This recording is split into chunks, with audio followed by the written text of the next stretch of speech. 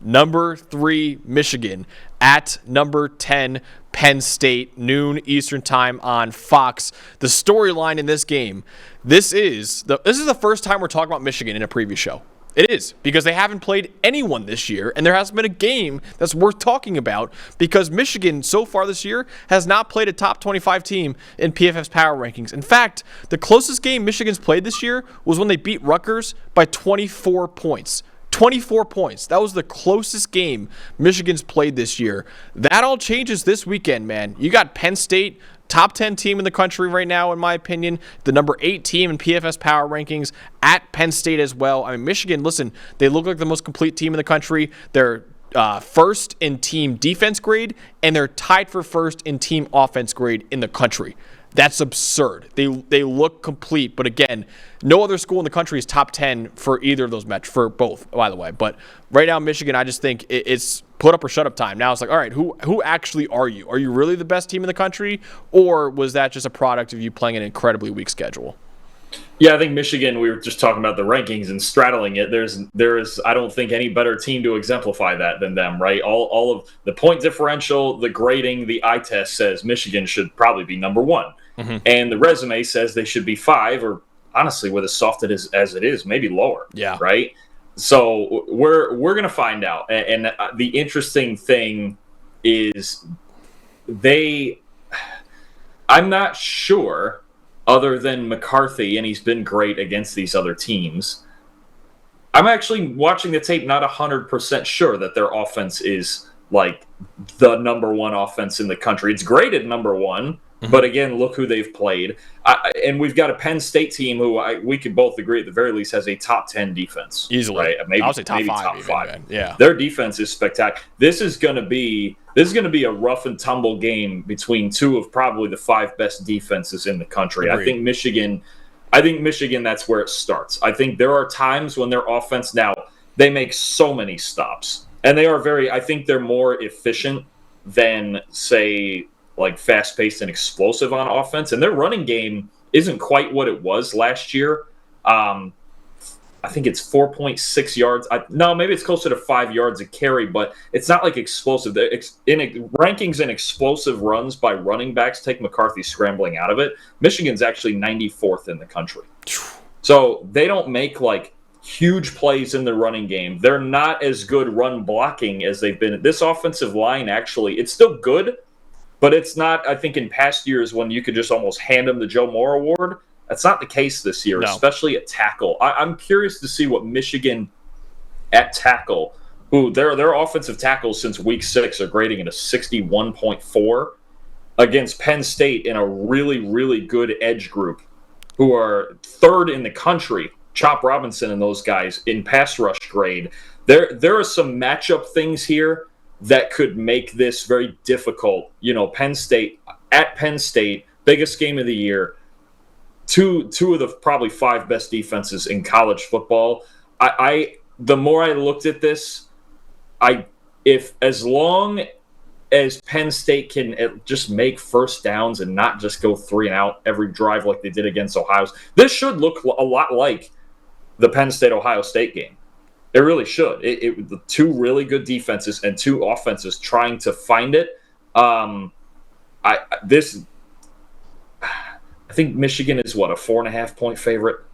I think so. I think this is going to be tight. It's going to be like, I don't know if it'll be tight score-wise at the end of it, but you're going to feel like just the presence of these 2 defenses more than anything. I agree. And that's a huge point. I'm glad you brought up the tackles for Michigan, how they're kind of weaker this year and how Penn State's edge group is really good. Chop Robinson he got hurt in that Ohio State game pretty badly. He missed, I believe, the last 2 weeks now. Hopefully, James Franklin is hopeful that he can have him this Saturday. That is a huge deal for Penn State, because I agree, Chop Robinson could be a massive difference maker in this game if he is healthy. My biggest matchup I'm looking at, Dalton, is, okay, not only just how real is Michigan, just how real is J.J. McCarthy in terms of the Heisman Trophy, because right now he's tied for 3rd in Heisman odds at plus 850 according to DraftKings. But you look at that, and you look at his advanced metrics and how he's done this year, it's hard to argue, man. Right now he's a 91.4 passing grade. That leads all quarterbacks in the country right now. Again, they played nobody. That needs to factor in as well. So you look at what Michigan's done. Michigan, again, they've beaten everyone by at least 24 points. Every single team on their schedule, every one of their 9 games, they've won by at least 24. What does that mean? That means J.J. McCarthy has early exits. That means he's going to the bench in the third quarter and not playing at all really in the fourth quarter. He has, this season, 10 dropbacks in the fourth quarter. That is tied for 238th among all quarterbacks in college football. Just to remind you guys, he's 238th in terms of dropbacks in the fourth quarter. There are 133 FBS schools, meaning almost every starter in the country, I think every starter in the country, and a lot of backups have more dropbacks in the fourth quarter than Michigan's starting quarterback this year. So I think Penn State's chance in this game is punching them in the mouth and saying, hey, you're not going to be able to sit on the bench in the fourth quarter. Like, you're going to have to go toe-to-toe with us this entire 60 minutes. And Penn State right now, you mentioned the defense. Penn State's second in the country in EPA per pass on defense, only behind Michigan. So I think both Drew Aller and J.J. McCarthy, who kind of do carry these offenses right now, they're both going to struggle, man, because Michigan and Penn State have maybe the 2 best pass defenses in the country. Alabama I probably put up there as well, but Michigan and Penn State have been fantastic, and I think it's going to be tough sledding, man, for both McCarthy and Drew Aller in this game. Yeah, and look, Penn State's run defense is incredible too. And the more I watched some Michigan tape, because this is, like you said, this is the first time this week that I've really watched any Michigan tape other than what we've seen on TV, because it's not much to see, right? But it's actually, it became more and more clear to me, and this is really the first time we could probably say this since Harbaugh's been at Michigan. Your quarterback's your best player. Right. J.J. McCarthy's their best offensive player. And Roman Wilson's really good. He gets down the field. Blake Corum, not quite what he was last year coming off the ACL. Donovan Edwards is still a threat. But J.J. McCarthy's far and away their best player. Easily. He just and you normally you think of Jim Harbaugh in Michigan and all this, and you think dominant run game, play action passing. That's really not been the case. McCarthy has been, and to his credit, maybe this is the Heisman argument, is he's been at his best in just straight dropback situations. Mm-hmm. He's not being handcuffed. He's not, they're not trying to hide him.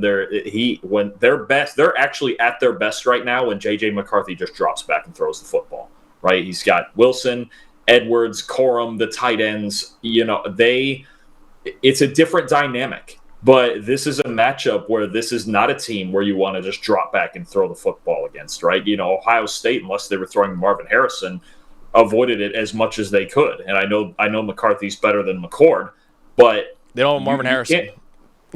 Right. And I really, really like Roman Wilson. He makes vertical plays for them, but he's not Marvin Harrison. So I'm curious to see where Michigan goes, especially you mentioned late in the games. If Penn State's defense does start to frustrate them, where do they go? Are they going to rip off 6 yards of carry and just keep getting first downs against a team with the best average depth of tackle in the country? Are they going to take shots at a really good secondary?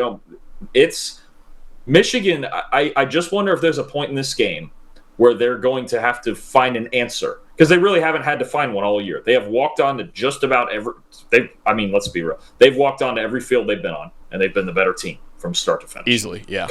Couple of times where it's like, the first half was closer than maybe. Like Rutgers plays legitimately good defense. We saw that against Ohio State. And then they lost by 24. Yeah. So it's like, and they still lost by 24, right? So I think Michigan, if McCarthy, I really think this goes for both quarterbacks. I think we've got 2 defenses that are actually the stars of the show. And I think we've got McCarthy, who is kind of where he's where Aller wants to be, right? Last year, J.J. McCarthy was Drew Aller. All right, when's this guy gonna start really being our quarterback, right? And it was in the TCU game, the semifinal, that he became that guy. And now he's just that guy. He takes vertical shots, he moves, he makes big plays, he's their best player. Drew Aller, all of a sudden, all we heard about all year from the beginning, hey man, this kid's special. This is the best kid Penn State's ever had, right? And I think it's kind of the old Russell Wilson thing. Let Drew cook, right? Yeah. The last 2 weeks, we've finally gotten that. After having like a bottom 10 ADOT the first 7 games, average depth of target, he's somewhere more like in the above average range the last 2. Let me give you another one. First 7 games, Penn State threw 17. Drew Aller threw 17 deep balls. The last 2 games, that's not right. Huh. The last 2 games, they've let him throw 14. Wow. They need to get vertical. Again, first 7 games, 4 big-time throws. Last 2, 7. You know what? They clearly decided, because even against Ohio State, they were trying to not let Aller be Aller. Just let it rip, man. Let it rip. You have the best pass protector in the country at left tackle. The receivers aren't great, but this guy can make special throws, and that's the one thing to their credit they've done the last 2 weeks.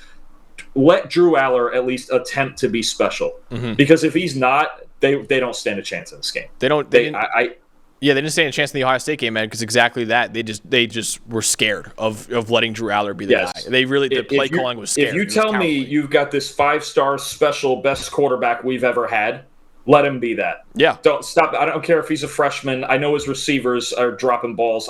Just do it.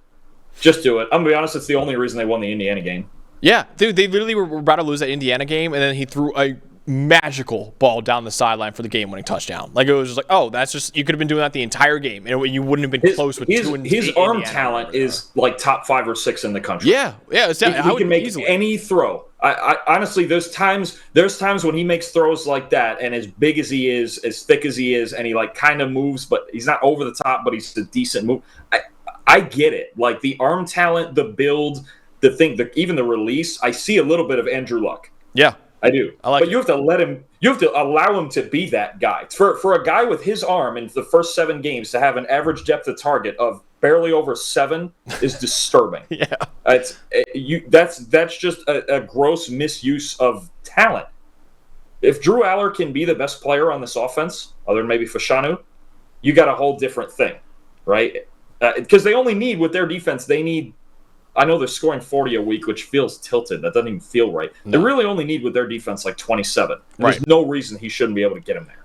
Yeah, absolutely. And, dude, I mean, I don't know if you saw that tirade that James Franklin had a reporter when a reporter asked him, was like, hey, why not just chuck it deep more? And then James Franklin, like, ripped into him. And it's been kind of like a joke among Penn State reporters and fans of just chuck it deep and, like, making fun of that reporter. That reporter's kind of right in a sense as well, though, where it's like, dude, yeah, chuck it deep. Let Drew be Drew. Let Drew show off that cannon of an arm he has. Where right now it looks like Penn State's average at the target in those 7 games look like if I was out there at quarterback, where I can barely throw 20 yards downfield. That would be my average at the target if I was Penn State's quarterback. Drew Aller can throw a lot more than 20 yards downfield. I can promise you that. So I love that they're finally unleashing him, and hopefully they do in this game, because honestly, I don't think they stood a chance in the Ohio State game just off play calling alone. Like, if they let Drew try, maybe they would have won that game, because that defense was playing lights-out football against Ohio State, but they didn't even try, it felt like. So we'll see in this one.